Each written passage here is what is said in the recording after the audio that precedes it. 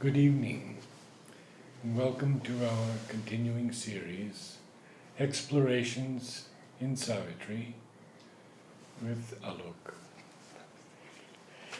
Today we begin Canto 8 of Book 2, The World of Falsehood, the Mother of Evil, and the Sons of Darkness. So, Yes, exactly. so we have finished, so to say, our descent into the night and seen the states of consciousness and the ways of working of the night.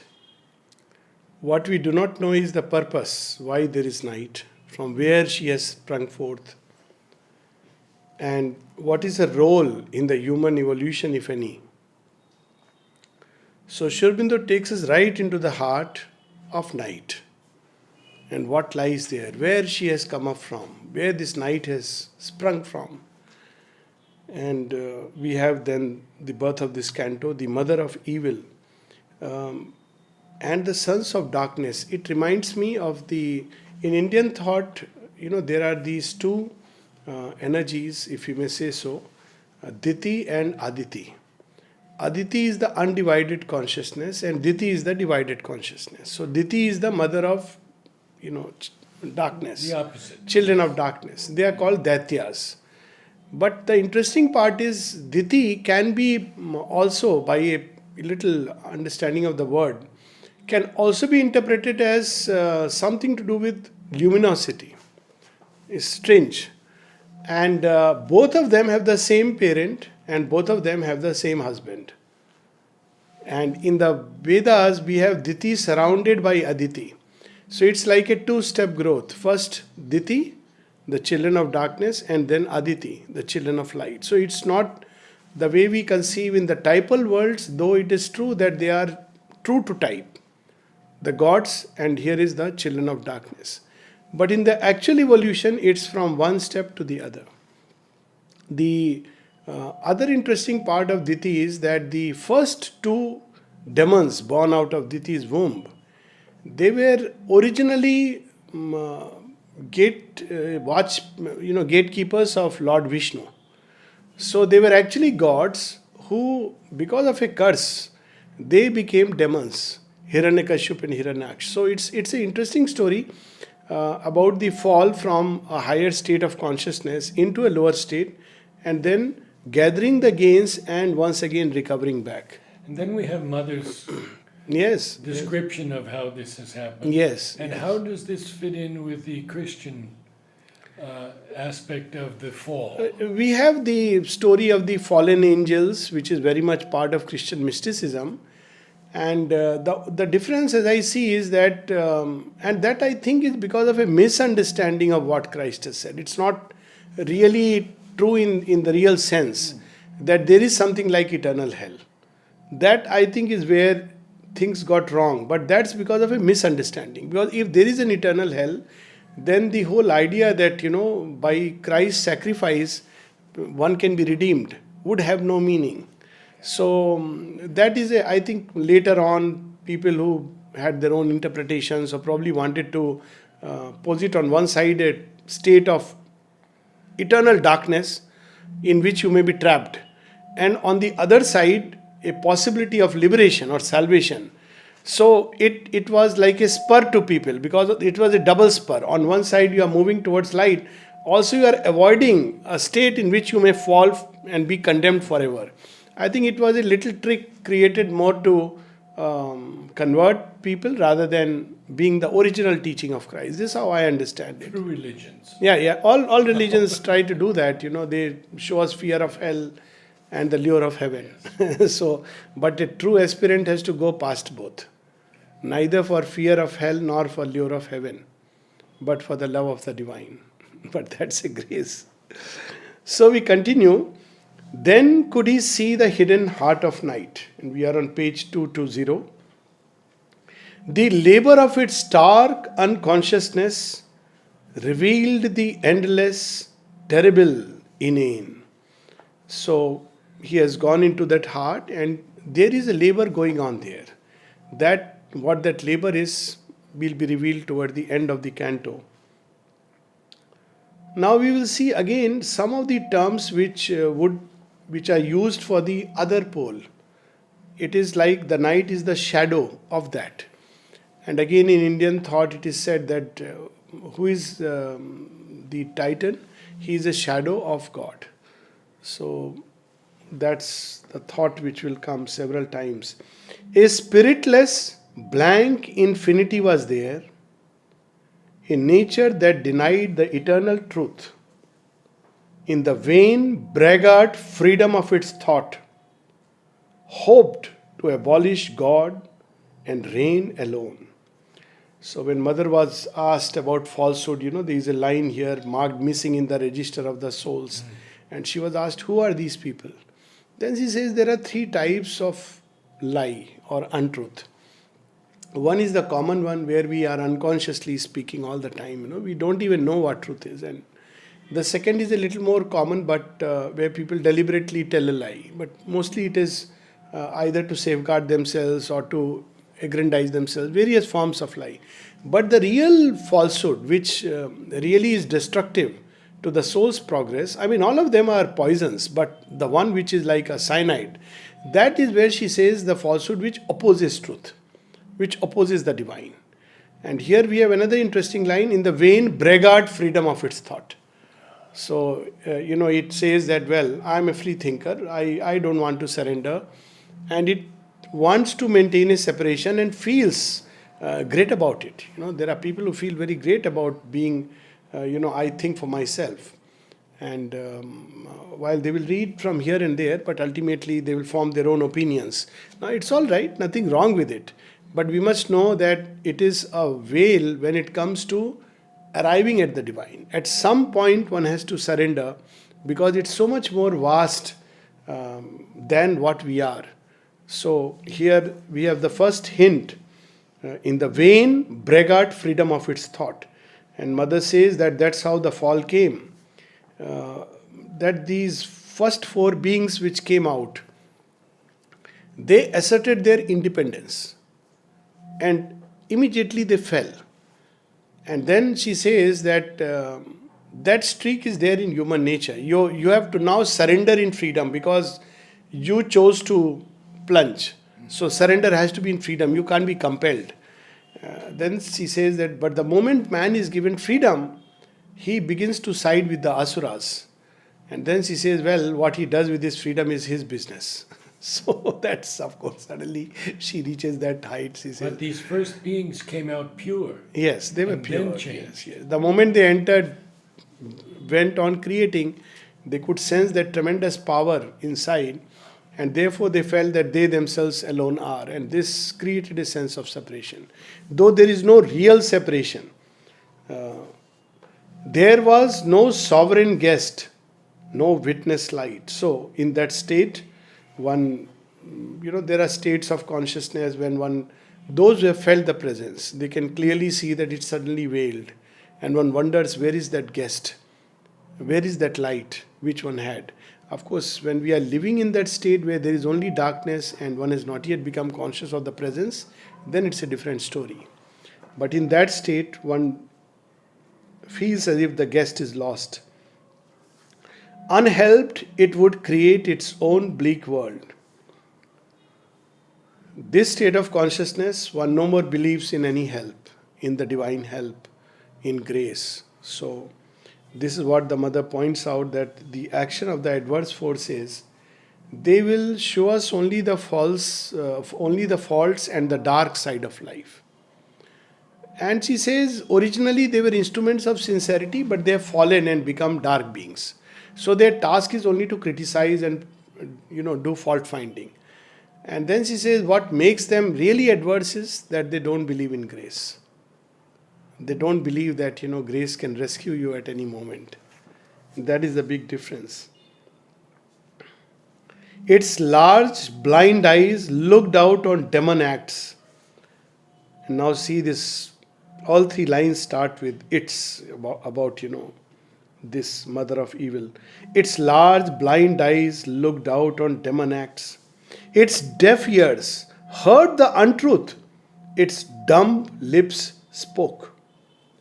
Its huge, misguided fancy took vast shapes. Its mindless sentience quivered with fierce conceits.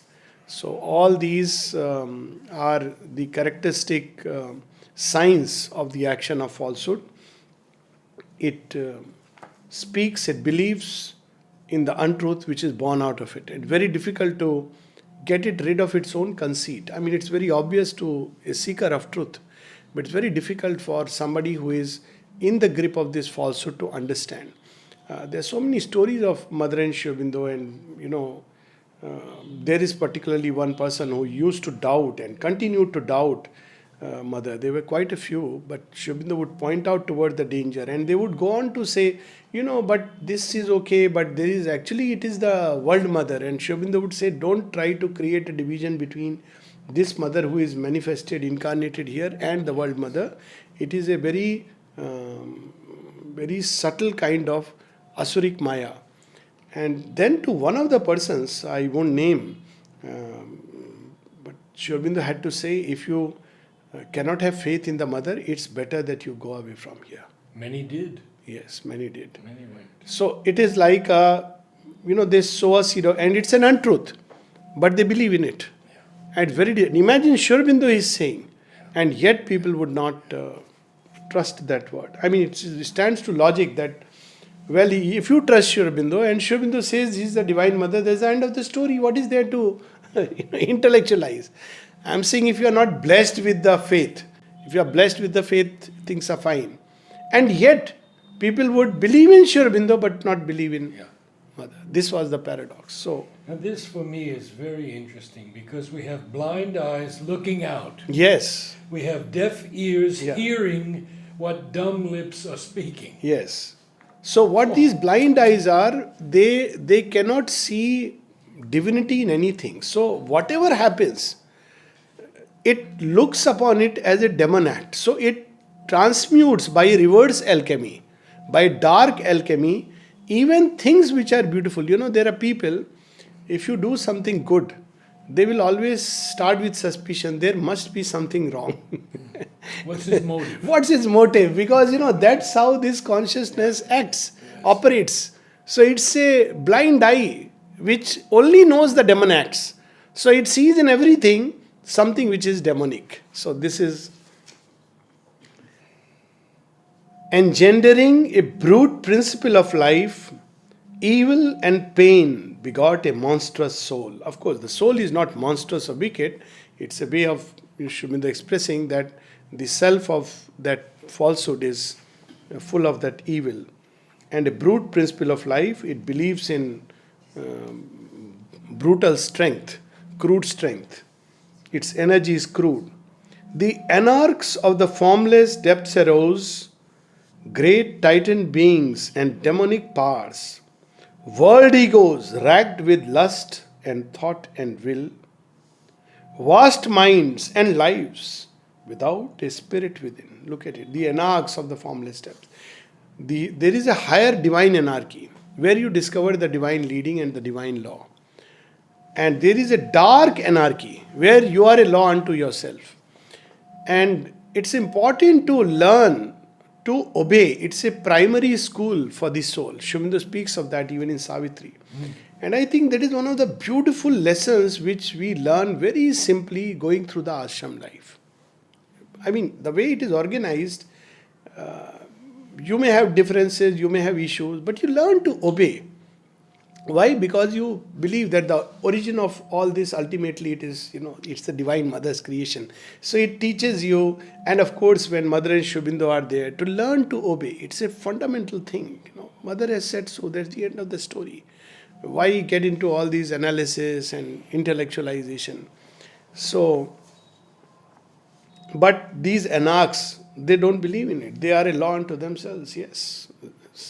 Long time back, I think 1986, there was some discussion going on and somebody told me, yes, Sri Aurobindo has said so, but in my opinion, I said, please keep quiet. After this, there is no further need to speak. Before the vast ocean, a drop is saying, in my vision. Now look something else also is very interesting. Vast minds and lives. So there is a largeness in these egos. They are world egos. They are larger than life itself. They feel that they are the ultimate ones. So there is a largeness, but there is no spirit. Impatient architects of error's house. Patient ones wait for the divine to work in his own way. He works with lot of patience, with lot of understanding. Divine is never in a hurry. But these egos are impatient and they want to even correct God's work by putting in their thought into it, and thereby they end up creating more chaos and more disturbance. That's why, when we go to mother's room, we have this lovely thing written there. It's a good reminder. When we go to Shurminda's room, it is cling to truth. And when we go to mother's room, you want to correct what the creator is doing. Our work is to learn to surrender and change ourselves. That's the most important thing. The most difficult also. Leaders of the cosmic ignorance and unrest, and sponsors of sorrow and mortality, embodied the dark ideas of the abyss. So much of these kind of violent revolutions and they are born out of this kind of unrest. A shadow substance into emptiness came. Dim forms were born in the unthinking void, and eddies met and made an adverse space, in whose black folds being imagined hell. So again, Mother reminds us in one of the places, he says, there is no real hell or heaven, but man has made it so real. And there are spaces where there are domains of consciousness where you can go there and you can imagine it as a dark state and sometimes difficult to come out. One of the things that adverse forces have created is the sense of sin. And she says that it took me some time, 1 year. I am telling the person that there is no hell, you are imagining it, but he doesn't want to come out because he believes he is a sinner. So many ways that they lead to perdition. Of course, you must qualify this statement. When it is said there is no sin, what is meant is there are things which will take you closer to the divine and things which will take you further from the divine. To go closer to the divine means to grow in delight, light, peace, truth, harmony, oneness. And to go further is to be in a state of torment, agitation, and all the rest, depression, gloom. But it is not to be seen as sin and virtue and vice. His eyes, piercing the triple-plated gloom, identified their sight with its blind stare. I would not like to speak about this triple-plated gloom. There are different ways of looking at it. But I take it that these are the 3 layers as you descend down from matter into the abyss, right to the inconscient. Accustomed to the unnatural dark, they saw unreality made real and conscious night. Just as when we walk into the darkness, we start seeing forms or imagining a ghost here and a ghost there, where there is nothing. Light comes, you realize there was no real ghost. It's just the poor tree, nicely it was standing. So we begin to imagine things. A violent, fierce and formidable world, an ancient womb of huge, calamitous dreams, coiled like a larva in the obscurity that keeps it from the spear points of heaven's stars. So again she reminds us that, violent, fierce and formidable world. At one place she says, Mother says, violence is a sign of weakness. Just as sentimentality is a sign of weakness. And those who are more and more aligned to the darkness are very violent, very anger prone, because that's the only energy Otherwise there is tamas.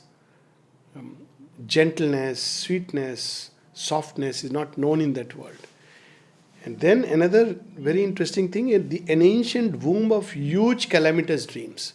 It afflicts human beings. There are people who will always see the dark side of things. If they have to take a step, they will think, this may happen, this calamity may befall. So here there is the origin of all these dark dreams, morbid dreams which come into our consciousness. It was the gate of a false infinite, an eternity of disastrous absolutes. So there is eternity, there is infinite, and there is absolute. But these are all false. This is a fabrication. There is no real infinity or eternity there, but fabricates. So how it fabricates eternity? When we are in a state of gloom and depression, what do you feel? We feel it is never going to end. But when light comes, then we feel, this beautiful experience, I wish it could stay. Again, because these fellows are active. On the other hand, if you are going through a dark phase, you feel, this is probably never going to end. People give up their lives. So it creates the sense of eternity, as if it's unending, as if it's absolute. We must remember the absolute is only grace. It's not absolute. There is no darkness which can be absolute, but it gives the impression. An immense negation of spiritual things. All once self-luminous in the spirit sphere turn now into their own dark contraries. So that's what we have been saying. It becomes its opposite. Being collapsed into a pointless void that yet was a zero parent of the worlds. That's how, in the inconscient, the being collapsed, so to say, by a process of self-concentration. And yet, because the being is still there, it cannot vanish. So it becomes the parent of everything. Inconscience, swallowing up the cosmic mind, produced a universe from its lethal sleep. These four Godheads who became their opposites, that's being described in several places. This is one of the places. Bliss into black coma fallen, insensible, coiled back to itself and God's eternal joy. Through a false, poignant figure of grief and pain, still dolorously nailed upon a cross, fixed in the soil of a dumb, insentient world, where birth was a pang and death an agony, lest all too soon should change again to bliss. So few things are very interesting. Bliss into black coma fallen. So when we are caught up in that state, we cannot feel joy at all. Even when we are in front of the divine, the same cloud of gloom afflicts. And something even more interesting, which reminds me of something that Mother said, it's not a crucified body, but a glorified body that will save the world. Now what does it mean? She's not belittling Christ's sacrifice. But if you see Christ's story, there are two aspects of the departure of Christ. One is the crucifixion, and the second is the resurrection. Now the strange part is that everybody worships the cross, whereas we should worship the resurrected and the glorified. But there's an interesting thing here in Christianity. Many Christian faiths do not have Christ hanging on the cross. They just have the symbol of the cross. Yes. This is more Catholic and Orthodox. Right. But I think it would be wonderful just to have Christ with all his glory. I mean, the cross is the part that he has given. Of course, one may say it's a reminder to us that look, he has sacrificed. You can remember, but more important is that this sacrifice has brought in a new possibility, which is a beautiful reminder. So, we have here this aspect, still dolorously nailed upon a cross.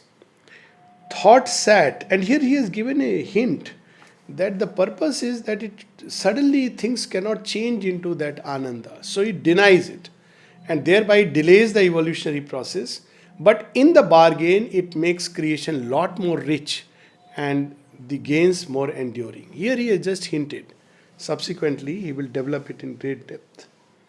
Thought sat, a priestess of perversity, on her black tripod of the triune snake, reading by opposite signs the eternal script, a sorceress reversing life's God frame. So where we see life, it sees death.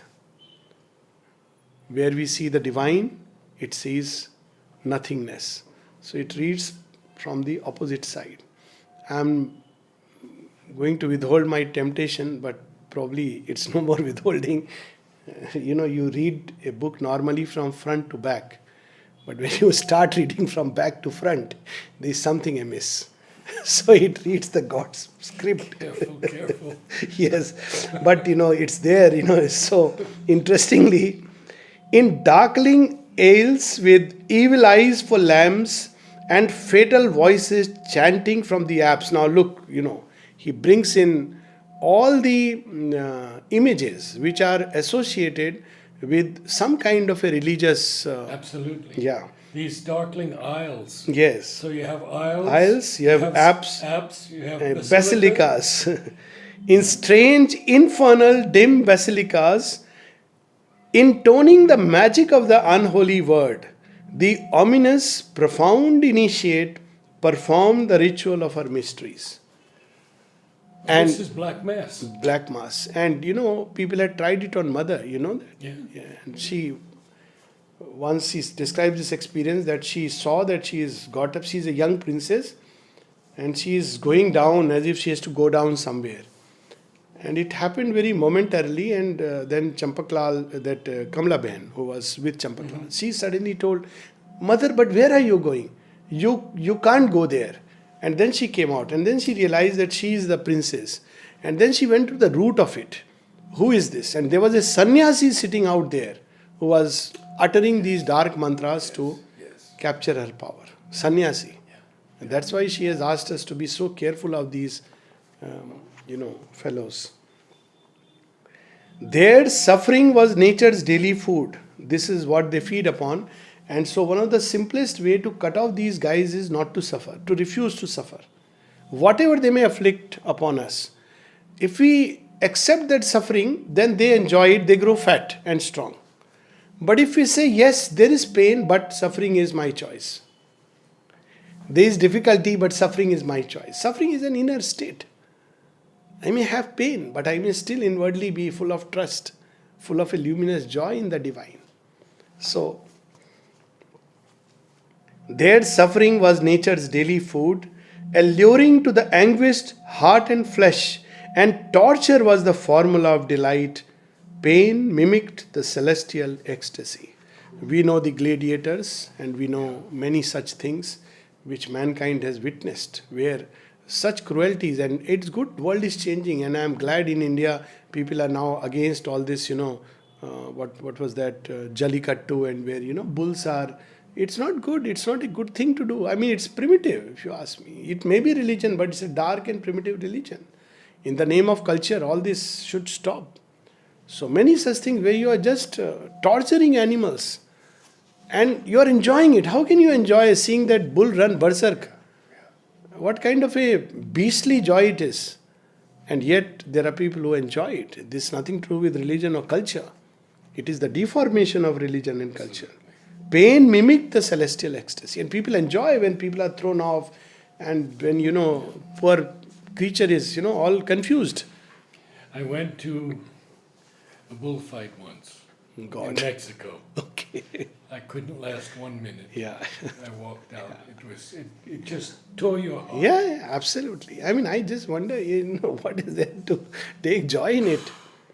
And now comes something even more profound.